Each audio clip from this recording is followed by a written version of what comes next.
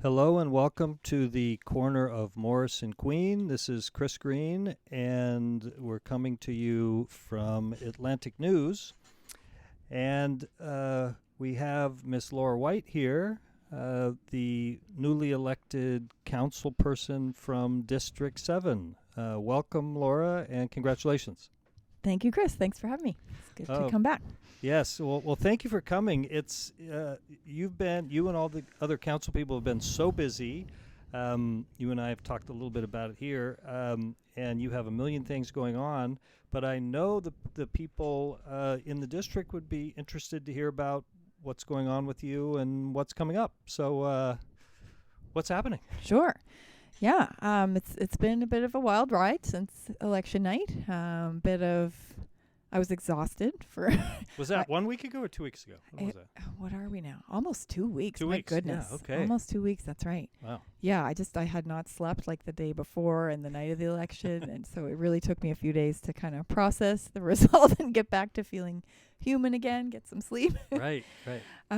Yes, but things have been very active right away. I've been getting emails from residents on every topic under the sun. I've written a few down here. Good. We could talk about them. You've already started meeting with constituents, I understand. I have, yeah. I've met my first resident the other day. We were down by the Kennard building talking about the changes there with that building there and the public space there. Just great. Talking about maybe we can work on making that better, So which will involve work with the province because it's Build Nova Scotia that did that one. Yes. Yeah. So even though you haven't officially been sworn in, you've already started working. So tell us when do you officially start the job? Even though you've already gone to a couple of training sessions, the municipality is supporting all of the newbies that are new council people. That's right. I think we all really enjoyed it. So both yesterday, when we did Wednesday and Thursday, so all the newbies, 8 of us were at City Hall doing orientation sessions on various topics like 311. We also just did you're a new employee here. Do you want, what kind of health benefits do you want? Like these kind of things. What else did we learn? Halifax Water, we had a great presentation yesterday. Like a lot of different topics we're being introduced to, which is just great to give a little primer and meet some of the staff we'll be working with. Wow. And each other. Like we're all new and hadn't met before, many of us. So it's been great. So there are 16 council persons and half of you will be new. Do I have that right? 7 new because 7 new. Okay. Mayor-elect Fillmore was there as well as number 8. So there was 7 new councillors plus. So the new mayor was there. Yeah. Oh, great. Yeah, it's great. So go ahead. From your understanding, is this unique that there are so many new council people, or is this how it works? I'm new to these parts, so I don't know. I guess I haven't tracked it, but I think it is a fair amount of new people. I was expecting at least 4. I think there were 4 open seats, but two people definitely beat incumbents. Trying to map it out, but 8 is a lot. 8 is a lot of new, so it's good to have some veterans and some newbies to mix it up there. Fantastic. Yeah. So when are you sworn in? We are sworn in Tuesday night, the 5th, from 6 to 8 p.m. at the Central Library. And I did learn through our orientation that is open to the public. There's a closed reception that we can bring 4 people to, but part of it is open to the public. So that's cool for anybody that's interested in coming. Oh, yeah. Fantastic. Yeah.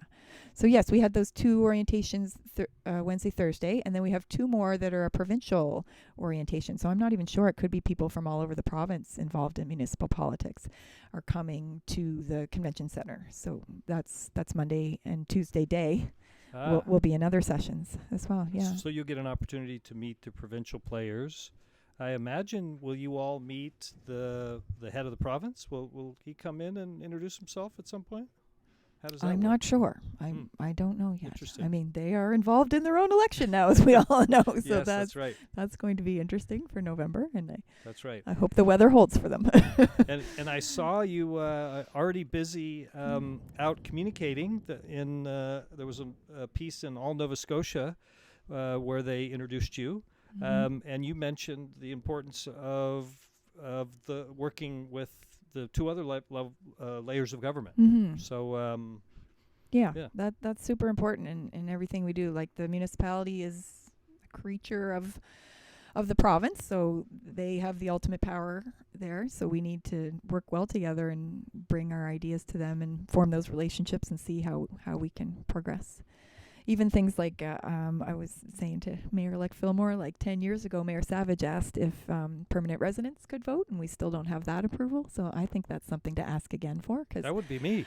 yeah. And I met so many people that are new here, and municipal government is so close to your life. And I understand why we wouldn't have non-citizens voting in federal elections, but why not municipal, where it's really your day-to-day life. And as an American, currently, I have to mention, I'm paying taxes, but I can't vote. And there's That's been a not couple fair. of things said about no taxation without representation. Yeah, that's true. That is true. Exactly. So I think that would be great. And to build more engagement, because the turnout is not great for municipal for various reasons, but maybe that would get more engagement if more people could participate. So the turnout, and my little understanding is that this is how municipal elections work, but something like 30% of the people voted. So in District 7, what were there? 9,000 votes? I don't something even like think that? so. I think it was closer to 6,000. I'm not sure. I haven't looked at the final numbers, but yeah. So how does this feel? You've been elected, fantastic. You have well-wishers. You have your inbox is full. You have all this stuff to do. Yeah. But as we were talking before, the other 5 candidates received 70% of the vote. 75. So Right, yeah, I basically won with the quarter because of the way we had 6 of us. Yeah. It So works, I'm very cognizant of that and have said that to the other candidates. Like, I really want to build any bridges that need to be built here. Like, I know we all had quite a wide range of policy offerings, and I think that's fantastic for democracy. We really offered people choices, and I just want to get to know everyone out there who's got issues. And I've got a full inbox, and I'm sorry if I haven't written you back yet. I'm just pretty slammed, and I will. I want to meet with everybody and learn and find some common ground and go forward. And yeah, one thing I was thinking, just having a coffee shop sit in, like maybe I can go to different coffee shops on Friday afternoons and just hang out there and have open door. I mean, anybody can meet with me anytime at City Hall, but just try and get out there and meet more people and hear more ideas. Terrific. Yeah. I know that's one of the, and this is not a surprise to anybody, but one of the challenges of council people is that there's not enough time in the day. There's not enough time to prepare for the meetings. There's not enough time to meet with your constituents. So Laura has been very kind with her time coming here. And as we've talked a little bit, hopefully going forward, this can be one of the pieces that where Laura, as a council person, can update constituents on what's going on, and hopefully there are settings for other councillors to do that as well. But yeah, I really appreciate this. I think it's a good way if we can get lots of people listening and sharing. And I will get a proper newsletter going. I've had a little feedback on my blogs. They're not up to snuff yet, and I get that. I'm working on it. I don't know how to do it yet. Okay, well, one step at a time. Exactly. So next week, Tuesday, is it? You're all sworn in, and then when is the first council meeting? Is soon after that. Very soon. So, yeah, we are sworn in Tuesday the 5th. We don't get a phone. We don't get email. I am not being paid. None of that happens until the 6th and onwards. Okay. And then we have our first council meeting where we're going to be asked to make decisions on the 12th. On the 12th. Wow. So that'll be a lot of preparation. Wow. Yeah, exactly. And I also saw we also have one on the 19th. So November is going to be pretty wild preparing for these council meetings. So usually they're 2 weeks apart, the council meetings. I believe so, yeah. But to get you started, there's probably so much to discuss. They've scheduled in perhaps it's because one would have been missed with the election. They I don't know when the last council meeting was, so it's probably a bit of catch up of business that needs to go through. Yeah. Well, so what are some of the what are some of the things you'd like to share at this point? And again, thank you for coming. You haven't even started yet, and I asked you to come and chat, and I know you don't even know probably where your office is yet. But no, I don't. But they're keeping it secret. Right. But what are some of the pieces that at this point would be good to share with folks in the district? Yeah. I thought I would just raise the issues one thing people would know about me is I'm quite passionate about safe mobility and accessible transportation. So these two instances that just happened. Exactly. So let's 2 talk days about ago, those, I don't know anything about the person, but someone cycling on Spring Garden Road was doored by a car, which means, you know, they're biking along and they're too close to the car and the door opens. And you can imagine you're hit a brick wall that you don't know is in front of you. So that can be, they had life-threatening injuries. So I'm, you know, super sorry to hear that. And there's that's one incident. Actually, myself cycling here down Morris, I had someone, so I stay quite far away from the parked cars, about 1.5 meters, so that this doesn't happen. But that sometimes makes drivers angry because I'm in the road. So Right. I had somebody beeping at me to move over, but I won't do it because I don't want it to happen to me. Be opened up. So it's, Yeah. you know, it's a two-way thing. Oh, that's what I was going to say, that reach. I don't know if it's the Dutch reach or something. The Dutch reach. Yeah, You you could reach use in. your left hand to open your car door, so that forces you to turn your head and see if there's any cyclist or who knows what's coming. Yeah, so that's one thing drivers can do to avoid that, and then cyclists can put themselves out farther from the cars to avoid Right, that situation.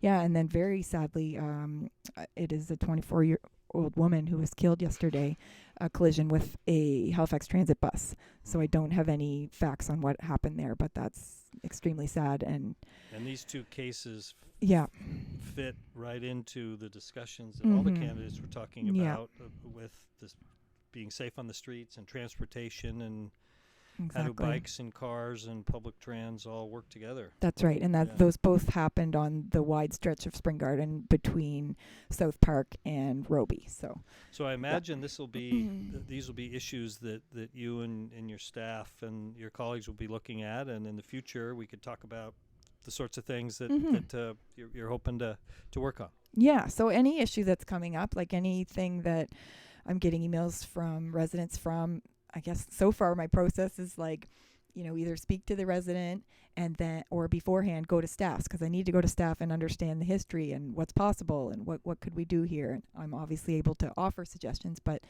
they've got the long-term knowledge, so you want to go there and see the history. Anyhow, so anything that's coming to me, it's kind of first like meet the resident, talk to them, find out more, and then start engaging with staff to see what we can do about it. Great. Oh, but I will say 311. We really need people to use 311. Go there first, because I cannot. So for people that have no idea, what is that? So it's our municipal customer service center, and it tracks every issue. So any issue you're having, it's good to either call them 311 on your phone, or there's an email address. I think it's contact us at 311. Is this an emergency line? Not at all. No. It's just municipal issue. For questions. Yeah. So For example, you could pick up your phone. All you do is. I do it all the 311. time. I did it on my walk to work yesterday. I've never tried it. Okay. Yeah. Okay. Oh, yeah. So anything example, one time I first used it long ago was I was at Conrose Park, and there was a child's, the little baby swings. It was cut, so there was a really sharp metal piece on a baby swing. Safety. So I called 311, and they fixed it right away. Yeah. So okay. it's basically. Yeah, the city can't possibly know about everything that's happening and going wrong, so it's up to us to report things. And there's you get a live person. You get a live person when you call. Yeah. Oh, interesting. Okay, Yes. well that's good to know. So any issue you have, even if it's more of a long-term thing, I would call 311 first. Get it logged. Get an issue number, because then it's going to be in the system, and it's probably going to go to staff before I even have a chance to check my email. So it's a really good place to start for things, and if it's going to turn into a longer conversation, then I can get involved. So I imagine the council men and women will at least, I don't know, each day or at least once a week go and take a look and see what the issues are that are coming up on. They're not going to go into 311, but how will you as a councillor know what's I'm just saying, I guess sometimes things can be solved by 311 and don't need to involve me ever. One example is there was a missing piece, a full slab of sidewalk missing on Spring Garden Road, and a resident had called it in, but it still wasn't fixed, so they decided to contact me, which is great. It's fine. I was able to go through 311 through, I didn't mention Kate yet. I have Kate is a constituency coordinator that I've been assigned. Both myself and Virginia Hinch will work with Kate. And so Kate is your staff person? So great. half time with each of us. Anyhow, we were able to get that, or I think I had put it in 311, and we were able to determine that it was Halifax Water's responsibility to fix this. But in the meantime, it got fixed anyways. So nice. so sort of those earlier 311 calls did the job. I really didn't have to be involved, but Okay. But yeah, it was a good learning process for all of us.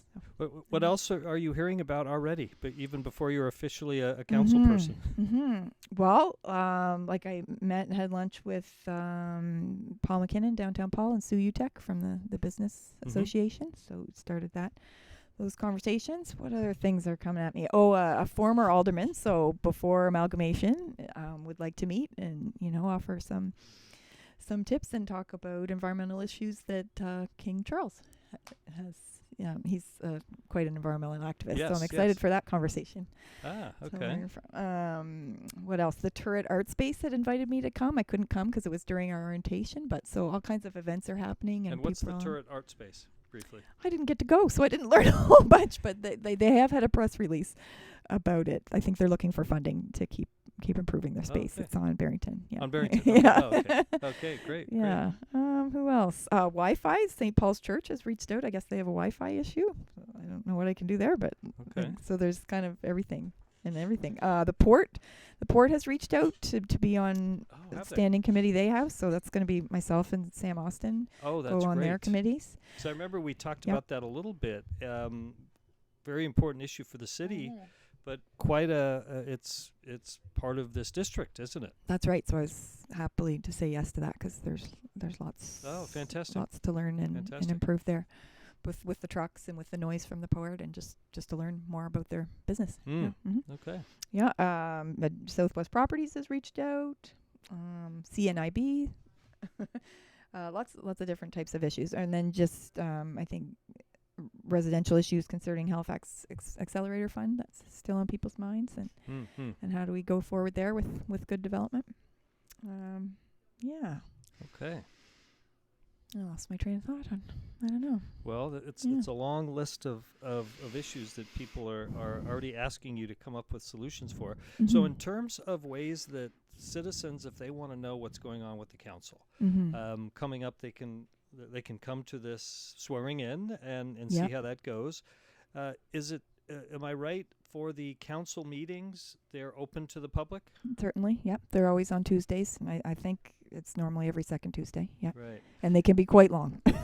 Yeah, I bet. Yeah. I bet. And then, do you have a sense yet? And I imagine it's too early. Oh, that's what I was going to say. Committees. After you go ahead. Yeah, no committees. Yeah. That's one thing. They in orientation they've given us a list of all the committees, and you rank them, your preference of which ones you want to be on. So you'll know within a couple of weeks which ones. And you I will be think sending that'll. out? Yeah, I don't know who decides or if that comes to council and when we talk about it there, but to assign people to all the different committees. Yeah, that's happening. And do you have you mentioned trying to have coffees? Are there are there things in place already where councilmen and women can meet with the public, or is that up to you to carve out the time and place? Do you have a sense of that yet? It's really managing your time, and that's something the veterans passed on to us the first day. Is like you just really need to look after your mental health and make a structure for your life because, like you said, this is more work than any human can achieve. So you need to pace yourself and look after yourself because you're no good to anyone if you don't. Because you have to be fresh, but then on the other hand, you want to make sure that for people that want information that it's clear on how they can do that. That's right. And that's why start with that 311. Maybe Kate can help you and then me. And prioritize like what is we may be scheduled for a coffee but then some emergency like we're having a gas leak today. I don't know, just do HRM. Sometimes there's going to be things that we have to redirect our time we just heard there's a gas leak on Almond Street and a number of the schools here in the south are shutting down. So that's you'll probably hear about that. I imagine. Yeah. Right. Oh, the other thing we didn't mention that we were briefed on during our orientation is that the encampment on University is closing today. So we're just that is happening, and the province has been working with all residents of the encampment to find indoor places, and the city's been told that they have indoor places for everyone, just a matter of finding the right fit. So that's ongoing. So today is what's the deadline, but that won't be. They're still going to deal with people one-on-one until everybody's got a solution. Okay. Yeah. Well, that will be an ongoing, Yeah, an ongoing for sure. issue. I know Absolutely. that. Well, Yeah. what what are your thoughts after going through this very intensive election campaign and coming out, the elation and the joy of winning? But what are some of your thoughts after going through this? Things you learned or people you want to mention? It must have been just a Oh, my crazy word. process. Yeah, a million thank yous, and that's one thing I'm working on is Yeah, and I know you have a newsletter coming up. thank Yeah. you. Yeah, and But this isn't your first- forum to have to thank every single No. person, but I'm just No, curious about where but- your headspace is. It must be really, really interesting. Now you're adjusting to this new endeavor. Yeah, and one thing I'll say is like I was thinking about doing this for probably 6 or more years, so because I've been very interested in the job, and the election part was a bit scary, and I didn't really want to do it, but I'm so glad I did it because how can you do this job without going through that and meeting 10,000 people at the door or knocking on 10,000 doors, right? Right. Like you get to know so much and you learn so much and build your confidence and talk to people and learn about issues. Like there's no way you can do this job without having done that election job. So I really gained an appreciation for the process. Right. The process can always be better. And I was But, asking you yeah. before, and your personal business is your own, but probably people would be interested to know that your full-time job that it's been on hold. Mm-hmm. What's going on with that now? I mean, you're now taking on another job. Your whole career as an engineer. What happens with that? Yeah, so I was working 80% at Nova Scotia Community College in applied research group called CTAC. Mm-hmm. And I just went to visit my work friends today and said goodbye and left my computer. So anyhow, so I started taking an unpaid leave Labor Day so I could focus on this till the end. So I've been away for a couple months anyways and making this transition. So I've left my job behind to focus on this full time because between this and my family and friends, that's it. Right. This is my life. And you have Yeah. a partner in your marriage who Yeah. has been helping your campaign. Oh, who yeah, he probably was has awesome. another job, and you have children. Yes. Who, Yep. I've got 3 who kids. need your attention at times. I At imagine. times they do. They do. They're in grades 6, 8, and 11 at 3 different public schools, and they are awesome. And they were Very busy. excited. They were excited about the win as well because Wow. they're like, "Mommy's working so hard; she has to win." Well, that's Yeah. great. Well, I appreciate you taking the time to do this, and hopefully this will be a way for you to communicate with the constituents. Finally, just a couple of quick questions. Sitting here right now, tell us something that you're really excited about, and then something that you're nervous / scared about.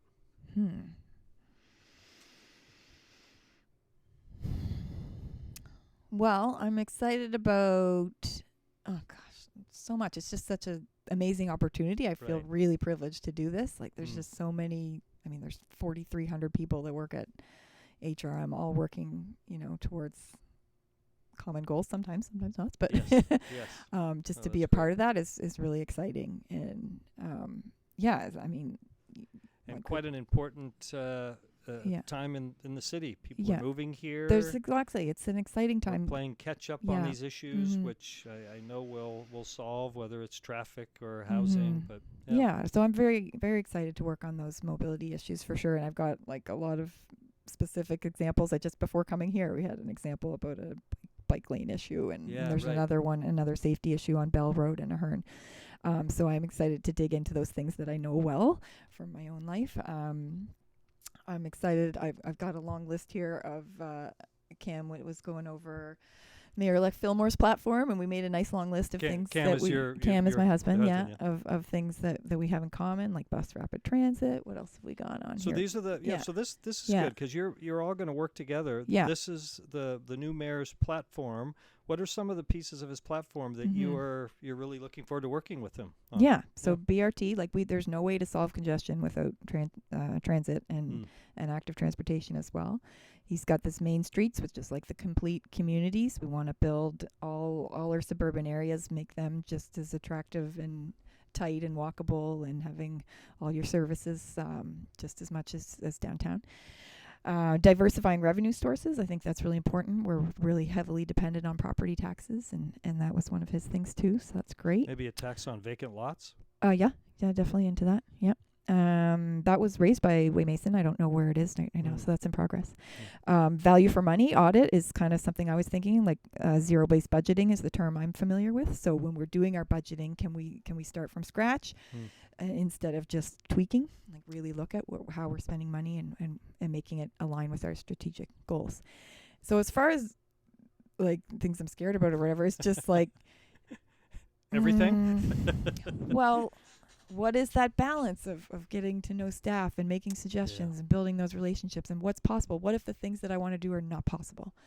Or, how do we get through there and getting to know everybody and trying to find things that we can make progress on, because we're not all going to agree on everything. Yeah. Right.